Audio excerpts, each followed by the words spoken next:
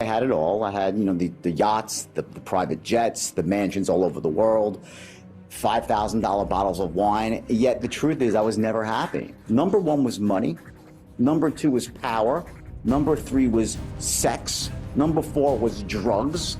Number five was family. That's some pretty, excuse my French, some pretty screwed up values. I had lost everything. I lost all my money, my freedom, my family, most importantly, my self-respect. When I look at the board, one thing I always remember that bulls make money, bears make money, but pigs get slaughtered. I've learned one thing, that the easiest way to make money is create something of such value that everybody wants and go out and give and create value. The money comes automatically. Number two, I would say try to develop a second source of income, something that you could do to make a little bit of extra money as a hedge against anything else that's going on. I pick something that you're passionate about, something that's going to make you happy, something that involves giving. And I think the third thing is also to really take a longer term view. Not just, to look 3 months from now, but look 3 years from now, and the future's going to come whether you like it or not. So you want to kind of be one step ahead. It's a mind game then? I think it's psychology. And everything, again, most of life comes down to psychology, doesn't it? It starts here, in the internal world. Before you can master the external world, you have to master your own internal world. That's the true secret to success. I read this book because I was in disbelief, because people would here's the strategy for success and the secret, right? Go into your house, into a quiet room, and you close the lights, draw the shades, and sit on a couch and visualize a big fat check. 25 G's, $1,000 US, okay, with your name on it. And I want you to imagine that check and just make that check go bigger in your mind and make it more real, and just put it out into the ether of the universe, and the law of attraction will take hold. Just think about it. Bullshit, right? Hello? If that's your strategy for success, the only thing that will show up in your mailbox is not the check, it's a freaking eviction notice from your landlord. They'll be towing away your car.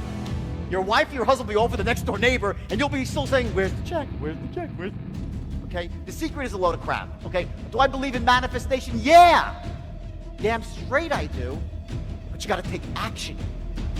I'm one of those unfortunate people. I tried it. I really did. I swear I tried it. I read the book and said, well, let me try, So I sat there and I prayed for the check. Never came. But when I went out and started taking action, guess what? The check came with an extra couple of zeros. 4 people believe they are creatures of circumstance. That means that the life happens to them. You get that? While rich people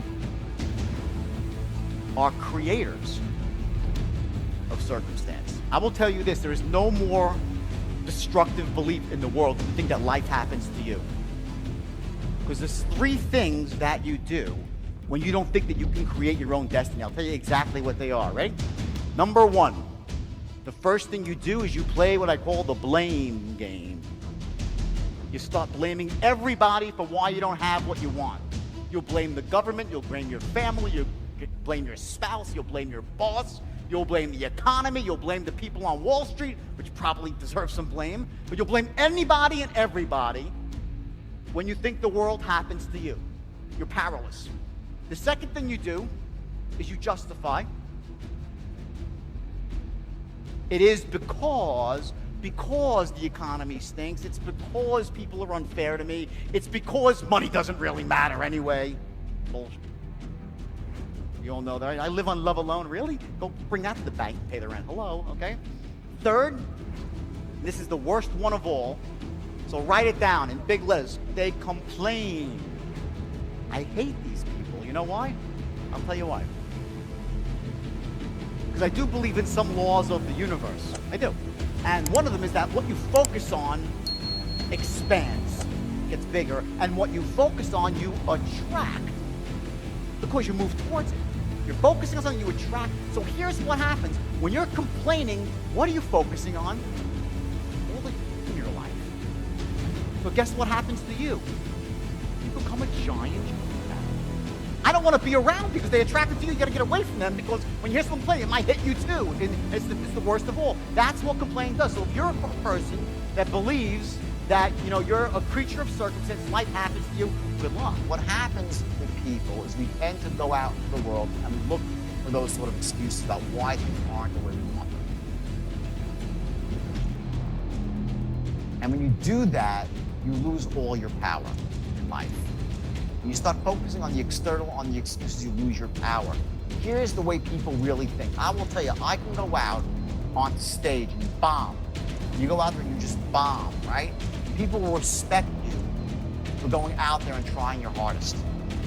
It's not how you actually perform that earns you the respect of your peers. It's the fact that you went out and actually did it. That's the difference.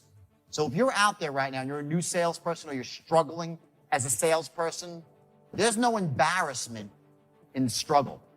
There's just not. The embarrassment is in quitting. The embarrassment is in not trying your hardest. Entrepreneur who's looking to start a business. Well, if you can't sell, if you can't influence, if you can't persuade, good luck trying to get your business off the ground. I'm not talking about just your customers. I'm talking about the bankers, the people with venture capitalists, your vendors, your credit card processor, the people who work for you. How do you get people to work for you excited? How do you get them excited? How do you get them to want to buy into your vision? At the highest level, what sales really is the transference of emotion. And the emotion you're transferring is this emotion of certainty.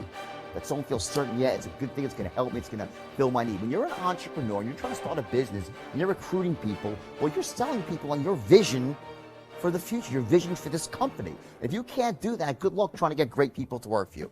It's nearly impossible, which is why you always see, you know, the people, they say, oh, he's a visionary. Well, that's true, but typically not only are they visionaries, they also possess the ability to sell the vision to other people, to inspire them, to motivate them.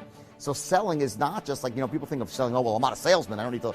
Well, yes, you do. You need to learn how to influence. How about trying to get your kids to make their bed or do their homework or believe in the value of education? How about trying to get a landlord to give you a reduction on your rent or to extend the lease the way you want? How about trying to negotiate terms? You understand, it cuts to everything. So I always look at this, say, you know, when I say I cracked the code on influence, what I really did essentially was I was, you know, by working backwards almost, by saying I'm going to start at the end and go to the beginning, say what has to happen before someone says yes, I was able to take that and put it into this system that took the no-name, talentless guys and turned them into millionaires. My message is this: there's only one way to get rich, and that's quick.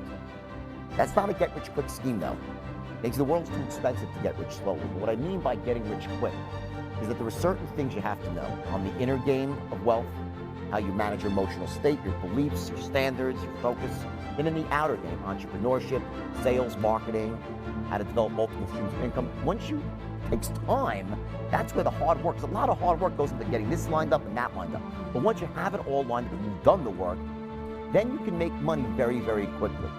So it's not a scheme, but you got to get rich quick and you have to put the work in. I say, if you don't want to work hard, good luck. I mean, I don't know any rich people that don't work really, really hard. That's the bottom line. So hard work and knowing stuff, skills. There's no quick fix. No, it's not, you know, again, when you get rich, it happens quickly, but there's a lot of work that goes up to that point before the money starts pouring in. That's the distinction that I think a lot of people who are not wealthy, they don't get that. They think that it's, you accumulate money just a little bit at a time. It doesn't work that way. You work, don't get the result, and bam, one last piece of the puzzle clicks in, whether it's not knowing how to close it, all happens.